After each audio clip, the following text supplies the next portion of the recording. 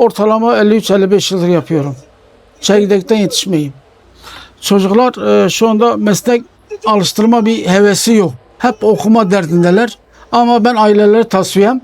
Şu anda çocuklar okumuyorsa onları mesleğe yönlendirsinler. En azından kötü faallerden kurtulmuş olabilirler.